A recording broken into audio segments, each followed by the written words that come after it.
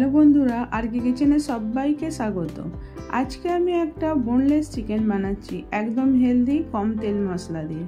চলুন দেখাই কিভাবে বানাচ্ছি। আমি এখানে 300 গ্রাম বোনলেস চিকেন নিয়েছি, এটাকে ভালো করে ধুয়ে নিয়েছি। তারপরেতে একটা মশলা পেস্ট করছি। 8টা রসুন কোয়া, 4টে আদার কুচো আর 4টে কাঁচা লঙ্কা একটু জল দিয়ে পেস্ট বানিয়ে নিলাম। তারপরেতে 1.5 চামচ টক দই দিচ্ছি, অল্প একটু লঙ্কা গুঁড়ো, অল্প একটু হলুদ গুঁড়ো, স্বাদ মতো নুন আর আদার পেস্টটাকে দিয়ে দিলাম। দিয়ে একটু মিক্স করে নেব।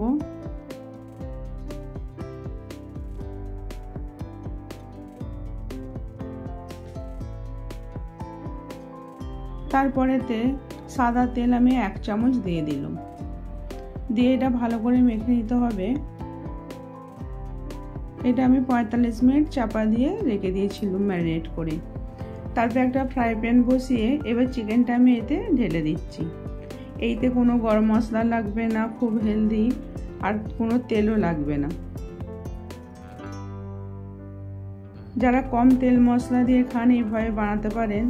এবার চাপা দিয়ে আমি 7 মিনিট এটাকে সেদ্ধ হতে দিয়েছিলাম। কোনো জল ঢালিনি, চিকেনের জলেতেই এটা সেদ্ধ হয়ে গেছে। আরেকবার আমি নেড়ে নিয়ে 2টো ধনেপাতা কুঁচো দিয়ে দিলাম। দিয়ে আবার চাপা দিয়ে আরও 7 মিনিট এটাকে আমি সেদ্ধ করে নেব কম আঁচেতে।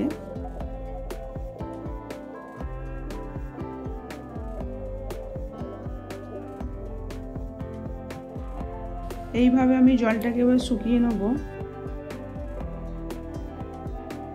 এইভাবে বানিয়ে দেখবেন। সেদ্ধ হয়ে গেছে, এবার আমি এটাকে নামিয়ে নেব।